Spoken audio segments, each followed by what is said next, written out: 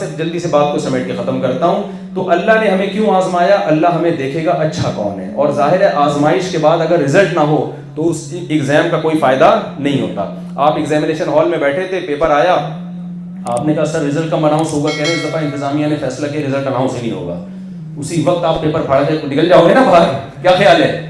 تو اللہ بھی کہہ رہے میں تمہیں ایگزامینیشن ہال میں بھیجا ہے دنیا میں تاکہ میں دیکھوں کون اچھا اور کون برا. تو یقیناً اس کی علامت ہے کہ ایک دن ہوگا جس میں ہمیں حساب بھی دینا پڑے گا, جس میں اس کو اچھے لوگوں کو بدلہ ملے گا جنت کی صورت میں, برے لوگوں کو عذاب کی صورت میں سزا ملے گی. تو میں جو بات کر رہا تھا کہ اچھے کی ڈیفینیشن بھی وہ ہے جو اللہ نے کی ہے. اچھے کی ڈیفینیشن آپ نے گورے سے نہیں پوچھنی, اس کے ہاں بہت ساری چیزیں اچھے کی ڈیفینیشن سے نکل. ان میں جو سمجھدار لوگ ہیں وہ تو آ رہے ہیں مذہب کی طرف, وہ آواز اٹھا رہے ہیں اس پہ کہ اسلام کی طرف آنا چاہیے. اس پہ مستقل انشاءاللہ میں بیان کروں گا کسی وقت. تو وہ بہت سے آپ کی طرف آ رہے ہیں اور آپ کیا کر رہے ہو؟ اسی کلچر کی طرف. وہ بیزار ہیں, یہ ہومو سیکسولیٹی وغیرہ کے نعروں سے وہ خود بیزار ہیں, وہ مجبور ہو کے کر رہے ہیں سب کچھ, وہ خوش نہیں ہیں. آپ کو پتہ ہے یو کے میں جب یہ قانون پاس ہونے لگا تھا ہومو سیکسولیٹی سے متعلق, وہاں کی اسمبلی کا ایک ممبر تھا, غیر مسلم تھا, اس نے کہا کہ آج مجھے احساس ہو رہا ہے کاش ہمارا مذہب اسلام ہوتا. ہمارا مذہب کیا ہوتا؟ اسلام, تاکہ اس برے اور غلیظ قانون کو ہم اپنے کنٹری میں پاس نہ ہونے دیتے. لیکن کوئی مذہب نہیں ہے تو عقل سے ہم کیسے اس کے خلاف آواز اٹھائیں؟ عقل تھوڑی ہر جگہ انسان کو گائیڈ کرتی ہے. تو میرے بھائی, میں اور آپ کو اللہ نے پیدا کیا ہے آزمائش کے لیے. اللہ دیکھنا چاہتا ہے تم میں اچھا کون ہے اور برا کون, اور اچھے اور برے کو ڈیفائن کس نے کیا ہے؟ اللہ نے. تو میں مختصر میں اچھے کی کچھ ڈیفینیشن, اسلام کسے اچھا کہتا ہے وہ بیان کر دیتا ہوں. 4 سے 5 منٹ لوں گا انشاءاللہ. قرآن نے ہمیں بتایا کہ, اور یہ تمام آسمانی مذاہب ایک ہی بات کرتے ہیں, یہودی بھی عیسائی بھی, کہ دیکھو 2 قسم کے حقوق ادا کر لو تو اللہ کی نظر میں تم کیا کہلاؤ گے؟ اچھے. ایک خالق جس نے تمہیں پیدا کیا, اور ایک مخلوق جس کے ساتھ تم صبح و شام رہتے ہو. مخلوق میں جانور بھی ہیں, انسان بھی ہیں, غیر مسلم بھی ہیں, مسلم بھی ہیں.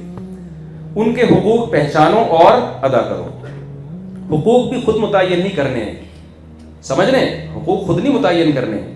گورا بوڑھے ماں باپ کو اولڈ ہاؤس میں جمع کراتا ہے, وہ کہتا ہے ماں باپ کا حق ہے ہی نہیں کہ آپ ان کو گھر میں رکھیں. کوئی بات نہیں, جب گورنمنٹ نے ان کے لیے اچھے ادارے بنا دیے. تو اللہ گورے کی اس بات کو ماننے کے لیے تیار نہیں. اللہ کہتے ہیں نا نا نا.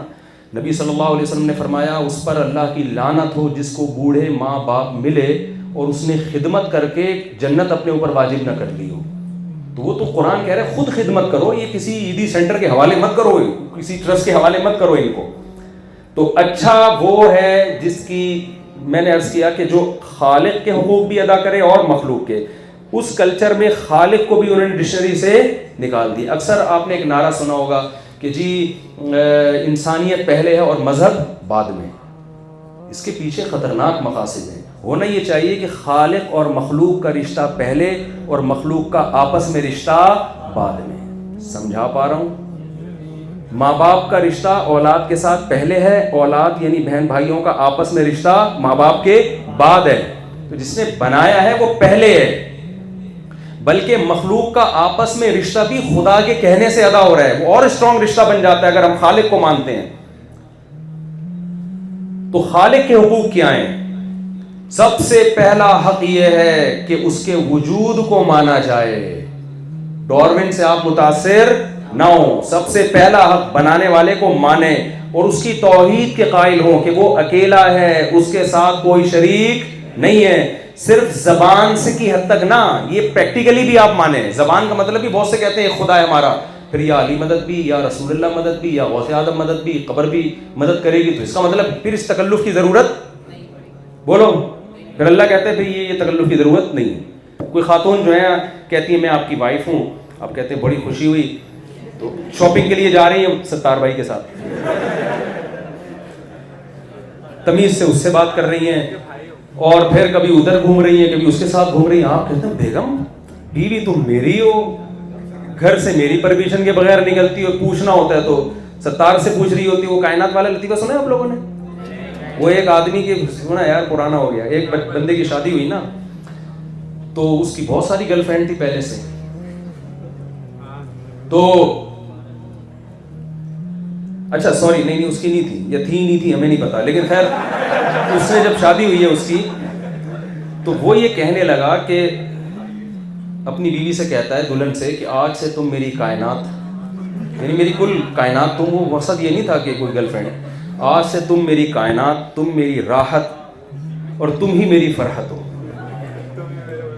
تو وہ سمجھی کہ اپنی گرل فرینڈس کے نام بتا رہا ہے. اس نے کہا ٹھیک ہے، پھر وسیم بھی تم، راشد بھی تم، سلیم بھی تم. بیچارہ پریشان ہے یہ کہانی کیا ہے. وہ سمجھی کہ اس نے کہا کہ چلو میں نے ساری چھوڑ دی تو ہم بھی بتا رہے ہیں. تو میں یہ عرض کر رہا تھا، کیا عرض کر رہا تھا یار، یہ بات ہی دماغ سے نکل گئی. یہ لطیفہ نے سارا وہ، ہاں میں عرض کر رہا تھا کہ اب آپ کسی کی بیوی جو ہے نا وہ ادھر ادھر گھوم رہی ہے، کبھی اس کے ساتھ کبھی اس کے ساتھ بیٹھی ہوئی ہے اور شاپنگ پہ نکلی ہوئی، آپ کو غصہ آ رہا ہے، غیرت آ رہی ہے، یار مجھے لفٹ کرا نہیں رہی. تو آپ پھر کہتے ہیں کہ دیکھو میں تمہارا شوہر ہوں. بیگم کہتی ہے میں سچے دل سے ایمان لاتی ہوں کہ آپ میرے شوہر ہیں، لیکن آپ کو غصہ آئے گا بیگم یہ تکلف خدا کے لیے نہ کیا کرو. شوہر کا مطلب پھر بھائی ہسبینڈ والی محبت سے مجھے دو نا. تو اللہ کو جب ہم الہ مانتے ہیں، معبود، تو معبود کے جو حقوق ہیں وہ صرف کس کو دینے ہیں؟ اللہ کو. اس میں سب سے پہلا حق ہے دعاؤں میں، حاجات میں صرف اسی کو پکارا جائے گا، اس کے علاوہ کسی کو پکارا نہیں جائے گا. اگر آپ پکار رہے ہو یا اللہ مدد بھی، یا رسول اللہ مدد بھی، یا علی مدد بھی، یا غوث آدم، تو اللہ کہہ رہے پھر یہ لا الہ الا اللہ کے تکلف کی بالکل بھی ضرورت نہیں ہے، اس کا کوئی فائدہ نہیں ہے. پھر تو پہلا حق اللہ کا کیا ہے؟ توحید. دوسرا حق اللہ کا کیا ہے؟ نماز. گورے نماز نہیں پڑھتے کیونکہ وہ خالق کے حقوق کے قائل نہیں ہے. آپ اگر مانتے ہو کوئی کریٹر ہے تو اس نے بتایا کہ میرا حق یہ ہے کہ 5 ٹائم باوضو ہو کے آپ کو میرے سامنے سجدہ کرنا ہے. سمجھ میں آ رہی ہے کہ نہیں آ رہی ہے؟ تو پابندی کریں، کسی قیمت پہ ہم نے انشاءاللہ نماز نہیں چھوڑنی ہے.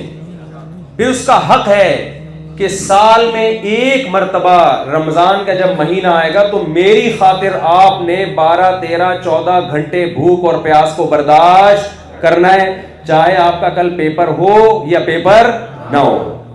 صرف 2 لوگوں کو اجازت دی ہے، مسافر اور بیمار کو.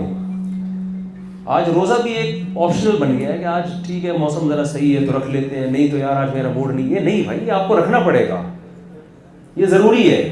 یہ اسلام نے اس میں کوئی دوسرا راستہ آپ کے لیے نہیں رکھا، یہ خدا کا حق ہے، آپ کو دینا پڑے گا. پھر تیسری چیز ہے، بلکہ اس سے بھی پہلے نماز کے بعد زکوٰۃ. وفی اموالہم حق للسائل والمحروم. اللہ کہتے ہیں جس کو ہم نے مال دیا اس کے مال میں محروم لوگوں کا اور ضرورت مندوں کا حق ہے. حق جب دیا جاتا ہے تو احسان سمجھ کے نہیں بلکہ ذمہ داری سمجھ کے. نبی صلی اللہ علیہ وسلم نے فرمایا جو پیٹ بھر کے کھائے پڑوسی بھوکا سوئے، آپ نے فرمایا کہ وہ شخص مومن نہیں. اگر آپ تعاون نہیں کرتے تو اللہ کی نظر میں مجرم ہیں آپ.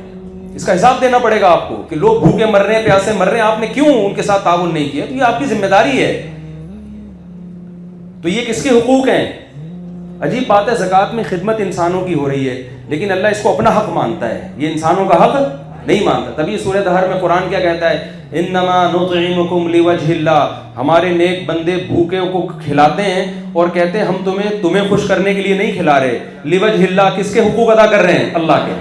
لا نريد منکم جزاء ولا شکورا. اسی وجہ سے ہم تم سے اس کا بدلہ نہیں مانگتے، شکریہ بھی نہیں مانگتے، تھینک یو کہنے کی بھی اجازت نہیں ہے، کیونکہ ہم کس کا حق ادا کر رہے ہیں؟ اللہ کا حق. تو صدقہ، خیرات، زکوٰۃ، فطرانے، یہ سب بندوں کے حقوق نہیں ہے. اسلام اس کو کس کا حق مانتا ہے؟ اللہ کا حق مانتا ہے. اور زندگی میں ایک بار حج، پیسہ آتا ہے، لوگ حج کے لیے بڑھاپے کا انتظار کرتے ہیں، سارے کاموں سے فارغ ہو جائیں گے تو جب جائیں گے. بھائی حج بھی ایک ذمہ داری ہے، جوان آدمی زیادہ اچھا حج کر سکتا ہے. جب آپ بوڑھے ہو جاؤ گے پھر تو دوسروں پہ بوجھ بنو گے نا آپ جا کے. تو یہ بیسک موٹے موٹے حقوق ہیں، اور بھی ہے لیکن یہ بیسک